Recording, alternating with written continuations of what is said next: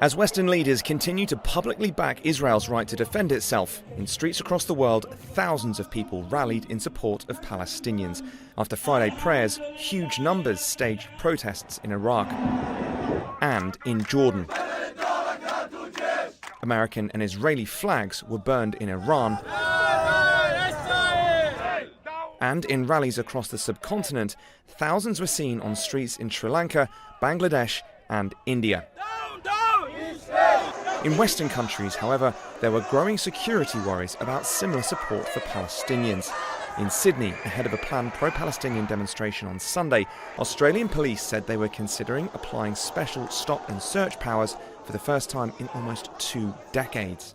These powers are extraordinary. These powers are seldom used. We are considering our legal options at the moment. Following rallies on Thursday, police in New York have bolstered security plans, including cancelling leave, with more gatherings expected on Friday and through the weekend. Worries about the potential for unrest are growing in Europe in particular.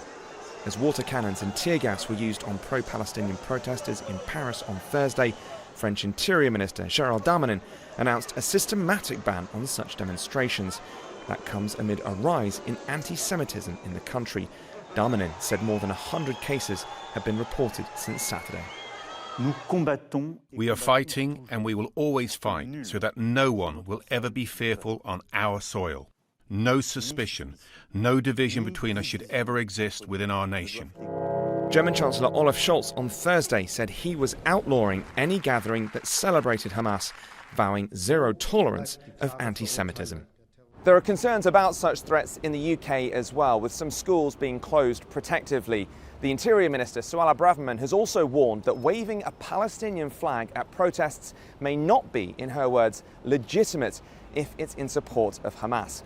That's ahead of a planned demonstration here outside the BBC's main building in London. The violent scene in the Middle East is of historic proportions, but the divisions it has created are currently visible on the streets of the whole world.